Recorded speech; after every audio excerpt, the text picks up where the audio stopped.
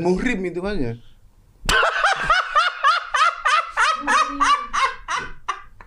Iya bro. Ya ini juga nggak tahu, tanya MUI Thailand ya. Iya. Muhrim soalnya bro. Maksudnya cowok sama cowok itu kan pegangan tangan yang ku tahu ya. Tapi hubungan seksualnya enggak. Ya nggak boleh. Ya tapi intinya adalah di Thailand itu tempat yang sangat menarik. Dan kalau lo ke Thailand jangan mikirin drugsnya, ada banyak hal yang menarik kok. Kulinernya, show-nya, show-nya gila. fashionnya, pantainya juga lumayan tuh. Berarti di Thailand nggak ada larangan sehotel yang tidak dengan muhrim ya? Oh tidak. Tidak ya? Tidak. Sekarang ada ya kayak gitu ya? Di Indonesia ada kan? Indo rencana mau ada. Ya Kalau bukan muhrim. Itu bukannya malah mendukung LGBT ya? Waduh, gue sih nggak tahu ya. Loh, nggak?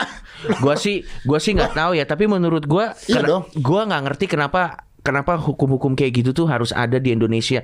Kita tuh gini loh. Nih, menurut gue, kalau gue datang sama cewek nggak boleh berdua. Ya. Terus teman gue yang gay datang sama cowok berdua boleh. Bolehin ya. Gimana dong? Ya gue nggak tahu. Tanya sama pembuat hukumnya. Menurut gue pembuat itu rencana, masih rencana itu. Enggak ya, emang rencana. Ditentang sama yang punya hotel-hotel itu. Ya iyalah. Menurut gue sebenarnya moral tuh bukan urusan negara menurut gue sih. Apa yang kita lakukan di dalam apa sih, lu kenapa gini-gini anjing? Ini bagus deh. Apa yang kita lakukan sama ruang private kita itu bukan urusan negara. Karena itu tidak disiarkan juga kan? Betul. Kecuali kalau lu bikin video, lu taruh di YouTube, itu bermasalah. Betul. Di Camfrog. Betul. Ada dulu Camfrog. Anjing aneh banget lah, kenapa sih aturan-aturan? Kalau menurut gue siapapun yang menginisiasi aturan kita tidak boleh check-in, itu pasti paling nggak asik di tongkrongan. Gua nggak setuju. Kenapa? Bagus gak itu? Gue gak setuju itu dengan kata-kata lu. Kenapa? Ya karena gue yakin siapapun yang menginisiasi hal tersebut pasti pernah cekin sama cewek juga. Gak mungkin.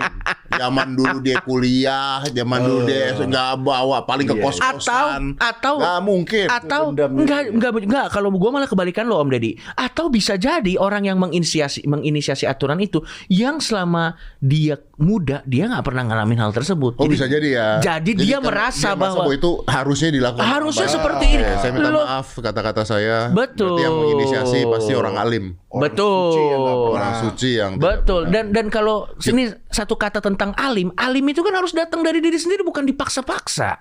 Maksud gue aneh banget men anjir. Kenapa moral saya urusan Anda? Kecuali kita melanggar hukum, betul kata lo. Misalnya kita melakukan asusila, kita jual rekam, videonya. Kita jual videonya, itu ada